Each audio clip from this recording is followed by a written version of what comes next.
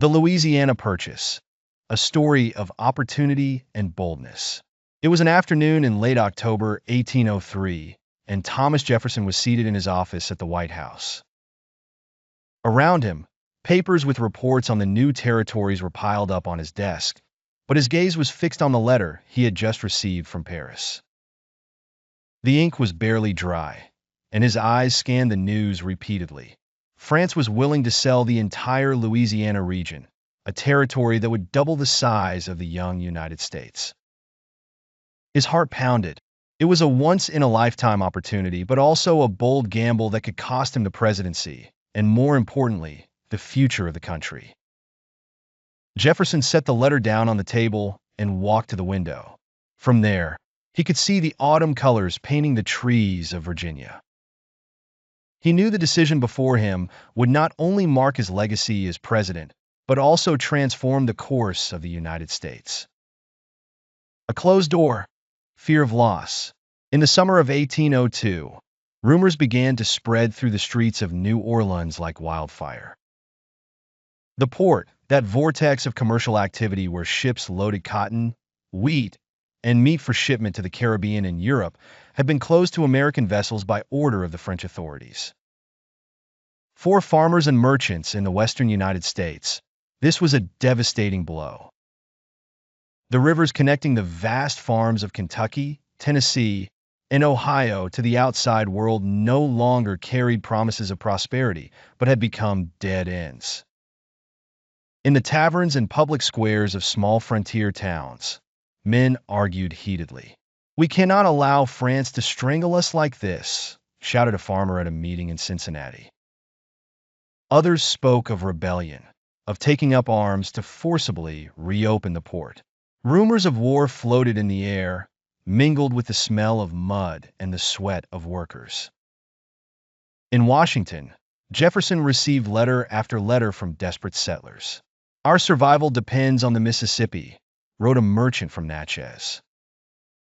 Political pressure mounted, and Jefferson knew he was walking a tightrope. If he failed to resolve the crisis, disunity could tear the country apart in its early years. However, Jefferson was a man who preferred reason over conflict. He decided to play one last card, diplomacy.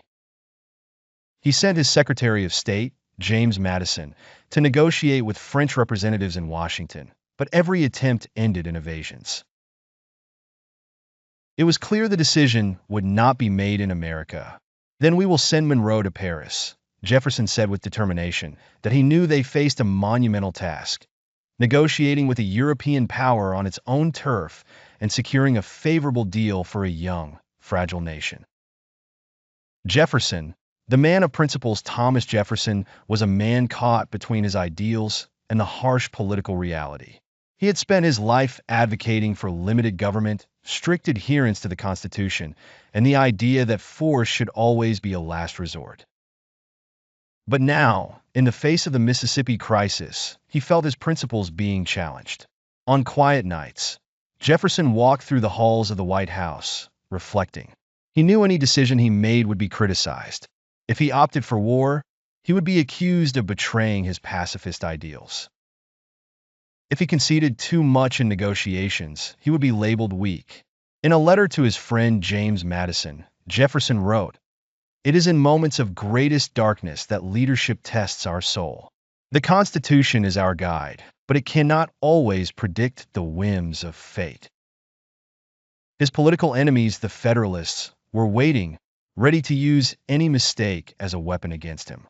However, Jefferson could not afford to hesitate. He sent clear instructions to Monroe: offer up to $10 million, but secure the port. The Union depends on it. Paris. Twists of fate. The city of Paris, in early 1803, was a hotbed of intrigue and tension. As carriages rattled over cobblestone streets, the shadow of an imminent war with Great Britain loomed over France. In the salons of the Tuileries Palace, Napoleon Bonaparte, the most feared man in Europe, planned his next moves. When James Monroe arrived in Paris, his mission seemed almost impossible. France was an unparalleled military and political power. Monroe knew he was at a disadvantage, but also that history is often defined in unexpected moments. One day, while Monroe and Robert Livingston anxiously awaited news, Minister Francois Barmarbois surprised them with an unexpected offer. The first consul is willing to sell all of Louisiana. The Americans were stunned. They had never dreamed of acquiring such a vast territory. What had led Napoleon to make this decision? The political context explained everything. The rebellion in Haiti had cost thousands of French lives and ruined Napoleon's plan to use the island as a base for his American empire. Additionally, he urgently needed money to finance the war against Britain. Louisiana, though valuable, had become a burden he was willing to let go. The dilemma of the decision.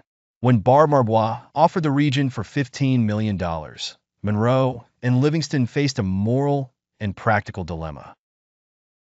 The amount far exceeded the $10 million authorized by Jefferson, and the acquisition of an entire territory was not contemplated in the original instructions.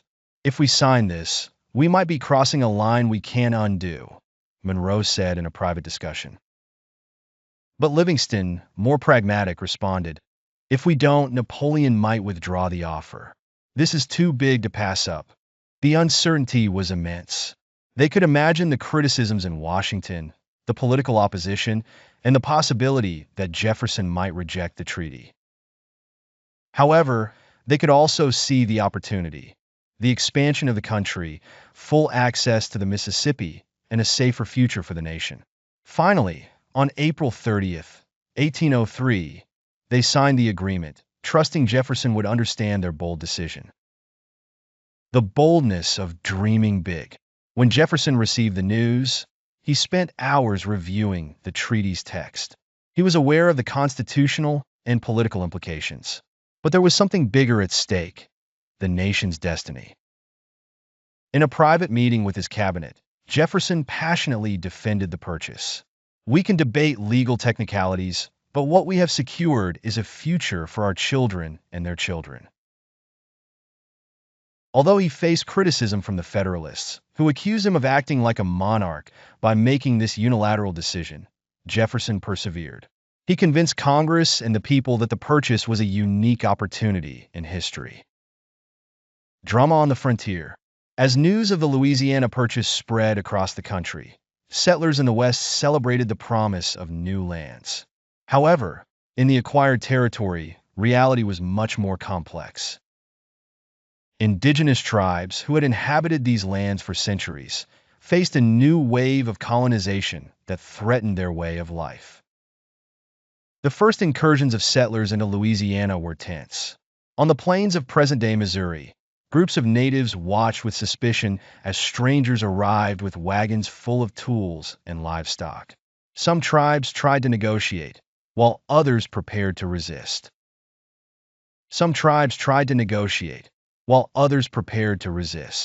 For explorers Lewis and Clark, the territory was not only a land of promises, but also of challenges. They crossed treacherous rivers, endured brutal winters, and faced tense encounters with tribes wary of their intentions. However, their mission marked the beginning of a new era for the United States. The Legacy of Louisiana. The Louisiana Purchase transformed the United States, doubling its size and cementing its place as a continental power. Politically, it solidified Jefferson's power and that of the Democratic-Republican Party, but it also fueled tensions over the expansion of slavery. Over the years, the acquisition of Louisiana would be seen as one of the greatest achievements in U.S. history, a testament to the power of diplomacy and strategic vision. But in its time, it was an act of boldness, full of uncertainty and risk. Jefferson never forgot the weight of that decision. In his later years, he reflected on the purchase as a defining moment of his presidency. "We risked much, but we gained even more," he said in a letter. "And in doing so, we secured a bright future for our nation." Reflection. The Louisiana Purchase serves as a powerful reminder of how transformative decisions can emerge from moments of uncertainty and tension.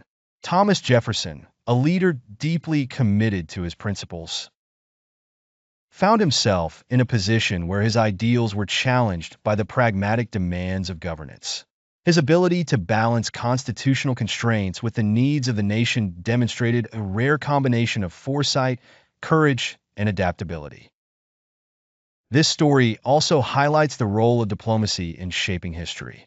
Rather than resorting to conflict, Jefferson and his envoys leveraged negotiation to achieve a peaceful resolution that expanded the United States borders and secured its future. It is a testament to how even the most ambitious goals can be achieved through dialogue and strategic thinking. However, the Louisiana Purchase also serves as a cautionary tale.